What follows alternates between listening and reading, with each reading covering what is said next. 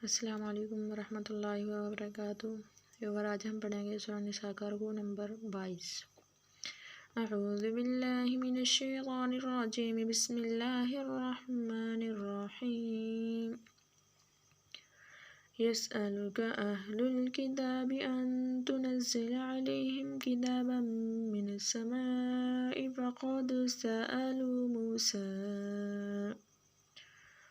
فقد سألوا موسى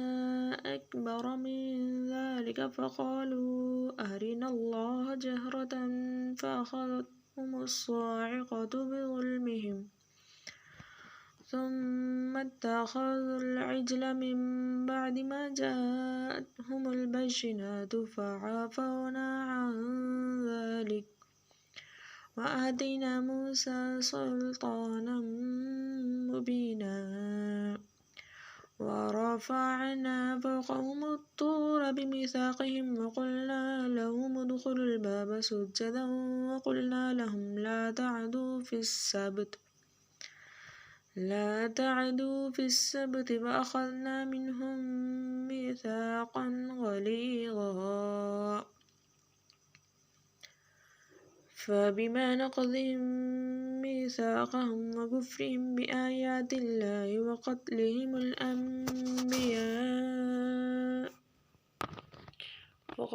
الأنبياء بغير حق وقولهم قلوبنا غلف بل طبع الله عليها بكفرهم فلا يؤمنون إلا قليلا وبكفرهم وقولهم على مريم بهتانا عظيما وقولهم إنا قتلنا المسيح عيسى ابن مريم رسول الله وما قتلوه وما صلبوه ولكن شبه لهم وإن الذين اختلفوا فيه لفي شك منه ما لهم به من علم إلا اتباع الظن وما قتلوه يقينا بل رفعه الله إليه وكان الله عزيزا حكيما وإن من أهل الكتاب إلا ليؤمنن به قبل موته ويوم القيامة يكون عليهم شهيدا فبظلم من الذين هادوا حرمنا عليهم طيبات أحلت لهم وبصدهم عن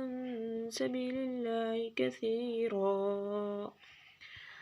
وأخذهم الربا وقد نهوا عنه وأكلهم أموال الناس بالباطل وأعتدنا للكافرين منهم عذابا أليما لكن الراسخون في العلم منهم والمؤمنون يؤمنون بما أنزل إليك وما أنزل من قبلك والمقيمين الصلاة والمؤتون الزكاة والمؤمنون بالله واليوم الآخر أولئك سنؤتيهم أجرا عظيما